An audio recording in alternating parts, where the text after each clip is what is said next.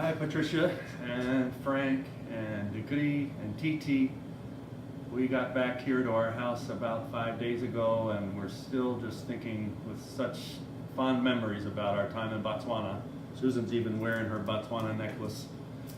But I wanted to follow through on the idea of sharing that bread making idea with you. So I've created a video that I hope will be able to get to you so that you can try it out if you wish.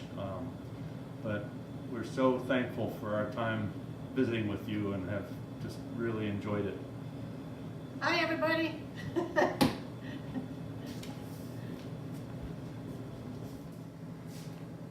thought I should tell you that I got the idea for making this kind of bread from Bon Appetit magazine. Their issue in February 2016 was all about making this kind of bread. And their recipe calls for bread that is made with a lot of other flours, rye and whole wheat, so it comes out to be a darker bread. I've made a version that's more like a white bread with a little bit of whole wheat flour in it, but the basic recipe came from this magazine, and then I've adapted it a little bit. The evening before I'm going to bake bread in the morning, and I'm setting up what we call the poolish, and that requires 2 cups of flour, white bread flour. Tomorrow I'll put a little bit of whole wheat in it. It takes 1/8 of a teaspoon, and in this case of active dry yeasts, and other kinds of yeast maybe need a little more, but this is a very small amount of yeast for this. And then I'm going to mix in 1 1/4 cups of water, and then I'm going to let that sit overnight for 12 or 13 hours. And how long that sits depends on how warm it is, and I have that test that will show next of after it's sat for that amount of time, you put a small amount of it in a cup of water and see whether it floats or sinks. And when it floats, that's when it's ready to mix into the dough. So that's what'll be next. Okay, the poolish has been sitting at room temperature overnight. It's been almost 12 hours. So I'm going to take some and drop a little bit in this glass of water to see whether it floats or sinks. I think it's probably going to sink because I don't think it's been long enough yet, but we'll see.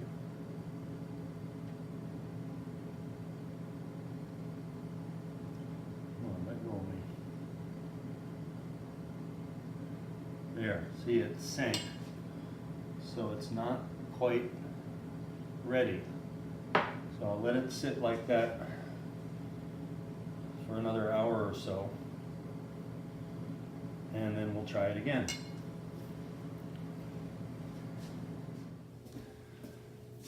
Okay, so now the poolish has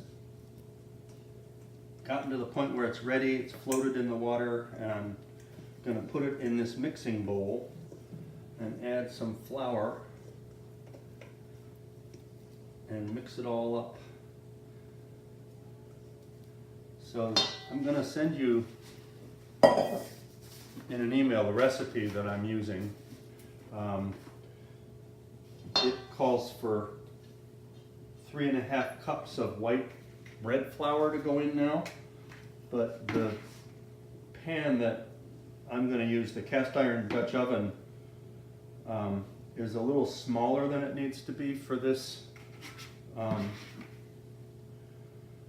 amount of flour, so I'm going to just put 3 cups of flour in, but the recipe calls for 3.5 cups, and it calls for 1/3 of a cup of whole wheat flour, which I'm going to put in. And then it calls for 1 1/4 cups of room temperature water. And since I put a little bit less flour in, I'm gonna put just 1 cup of water. And then I'm gonna mix this up and just try to get all the liquid included in it, absorbed into the flour. And once it's at that point, then it just sits for 2 hours. The purpose of this sitting time is for the gluten in the flour to develop, so that it will do a better job of holding the loaf together and getting it to rise better. I didn't used to do that. I used to do that for 20 minutes instead of 2 hours in my bread baking, but recently I discovered that the 2 hours makes quite a difference. So if you have time to do that, it's well worth it. It is possible to proceed with this and just go to kneading it right now, but as I said, in my experience, it works better if you can let it sit for the 2 hours, just, you know, in a hopefully room temperature, or where you are, you don't have a room, but in a reasonable, not too cold a place. So this is getting to the point where it's pretty well mixed in. I just want to get my bread scraper out and scrape the dough off of this spatula. And then I'll hold it up so that you can see better.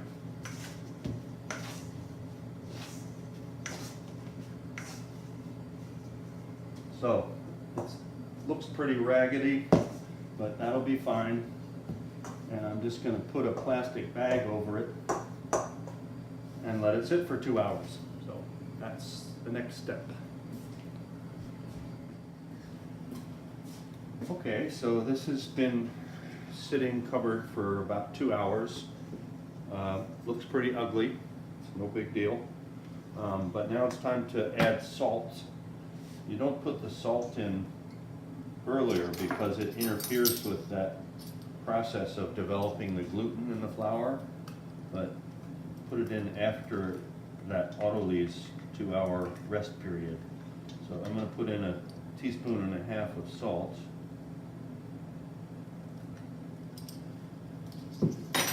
And then I'm going to scoop it out onto the board and start kneading it.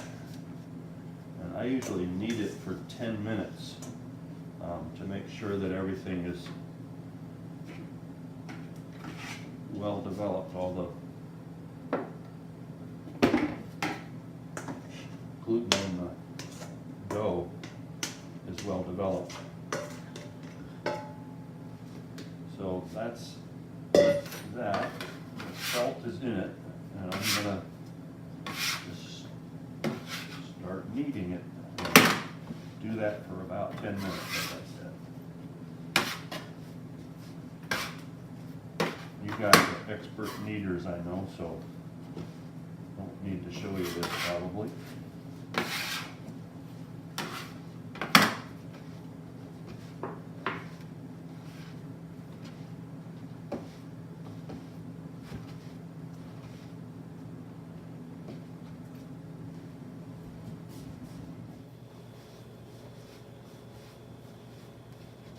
Getting in a little better shape.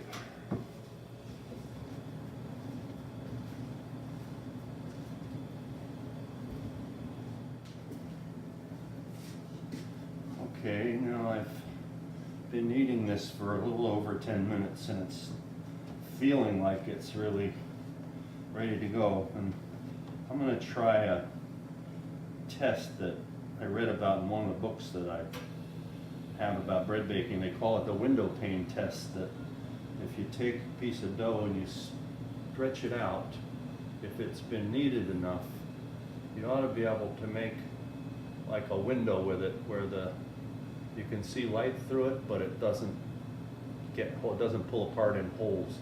And this looks like it's at that stage, as I can see light through it and it feels ready. So now what I'm going to do is to just get it back into a ball put it back in the bowl with a little bit of oil in it, a little vegetable oil, so it won't stick. And then I'm going to put it in there and turn it once, and then I'm going to let it sit for 30 minutes. And after 30 minutes, I'm going to fold it, and I'll show you that next. Okay, so the dough has been rising for 30 minutes so far. It looks like this. And now what I'm going to do is to do the folding process. And at first I was skeptical about this folding idea. It just seemed like more work, but I really discovered that it changes the texture of the dough as it develops, and it makes it rise better. So it's very simple. I use this plastic cutting board to do it on, but any sort of flat surface that you can put water on will work fine. I'm going to put a little water, just cold water, on this piece of plastic, and I'm just going to scoop the dough out onto it, and then I'm going to get my hands wet with water, and I'm just going to flatten it out into a rectangle like this. And then I'm going to fold that rectangle into the middle like that, and then into the middle, and into the middle like this. And it just goes back in the bowl with the folds down. And that's it. I'll rinse my hands off. And I'm going to do that 3 more times every 30 minutes for 2 hours. And if you try that, you'll be amazed to see how the dough changes in that time period.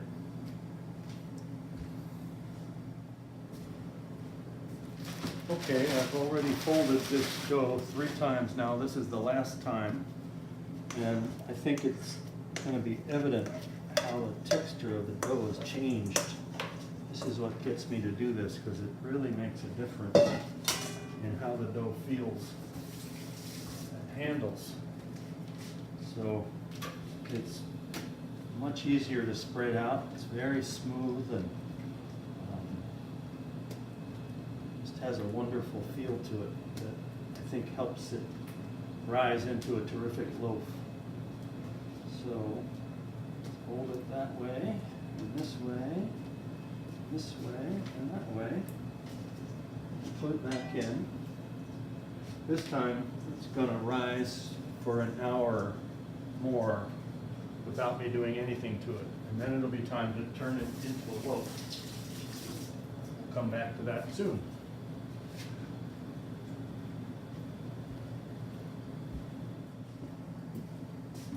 Okay, now the bread has risen for another hour, and it's ready to loaf. So I'm going to get it out of the bowl and onto the board here with a little flour on it.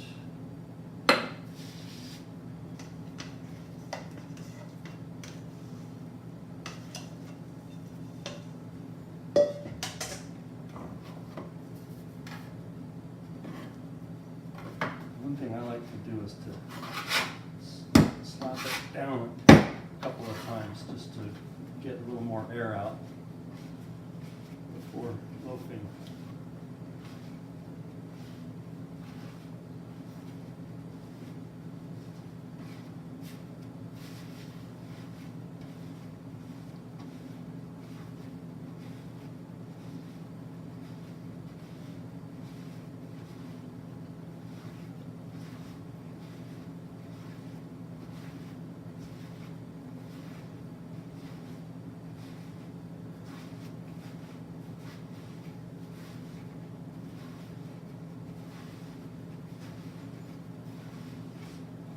Pull the skin tight so it has a smooth outer surface.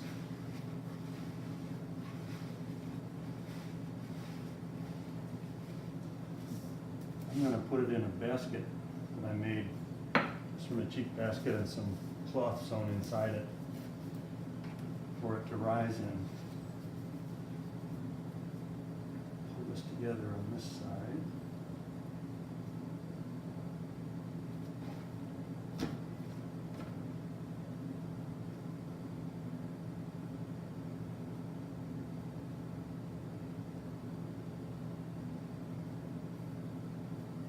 And then I'm going to put a plastic bag over it and let it rise for about an hour and a half. Now, sometimes instead of that basket, sometimes I've just used a bowl like this with a cloth in it that I've scraped some flour onto, and that works well. But having some sort of a bowl for it to rise in helps get a more round loaf shape. So we're going to let that rise for an hour and a half, and then it'll be time to bake it.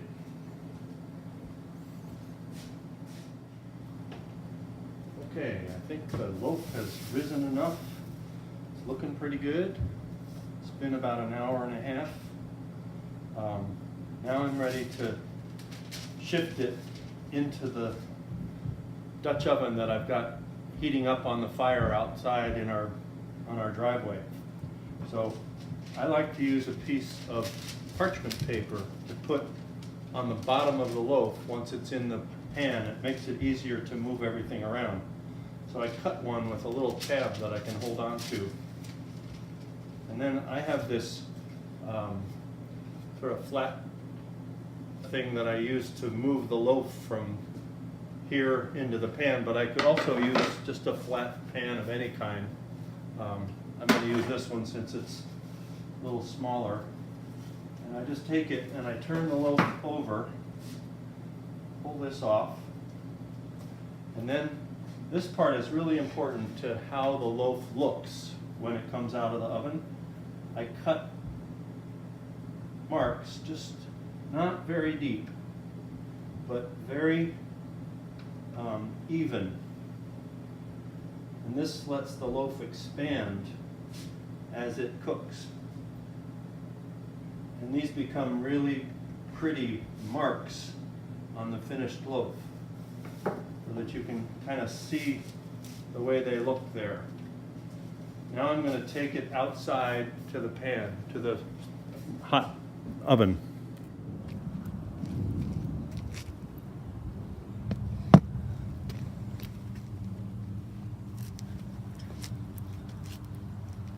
I've had the oven on the fire, or with fire on the oven, for about 10 minutes to get it warmed up.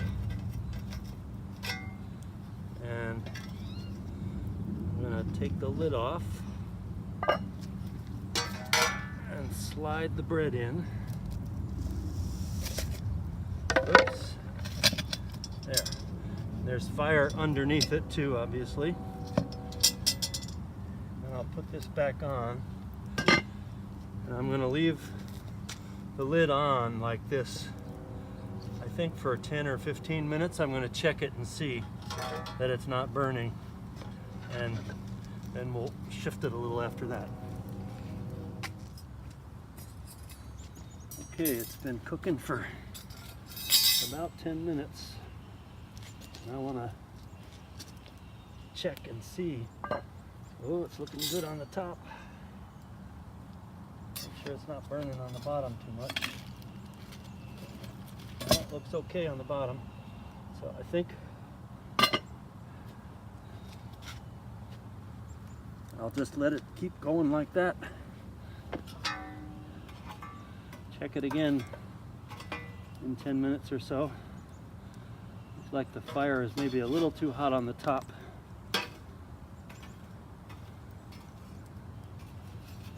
Take a little bit off.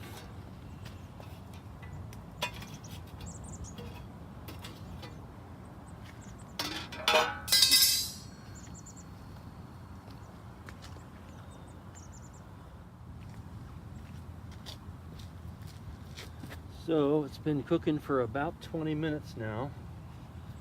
I'm gonna check it and see how it's doing, and it's a little bit brown on the top, but not too bad.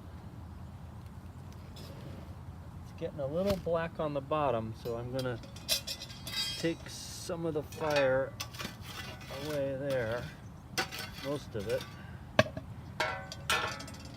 but it's still got a ways to go to finish, so I think I'll just put a few more coals on the top and give it another 10 minutes.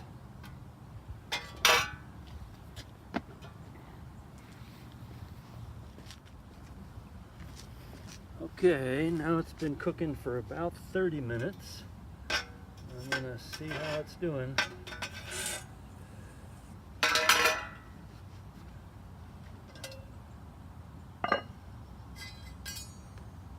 Pretty good, but I don't think it's done. Still pretty much okay on the bottom, but I think it needs a bit more time. Put a bit more fire on the top. Keep it going. And I think we'll give it another maybe 5 or 7 minutes or so.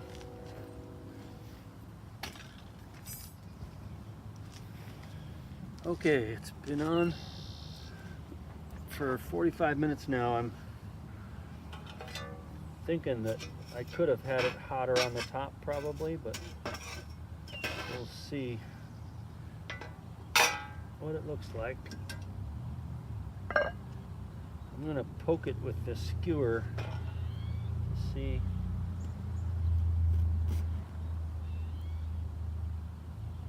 Yeah, I think it's done. So I'm gonna pull it out and we'll let it cool a bit.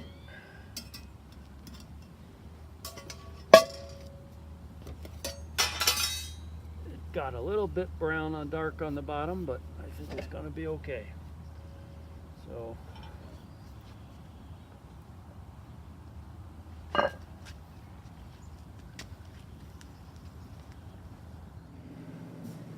okay, so the loaf came off the fire. I'm gonna cut into it, see what it looks like.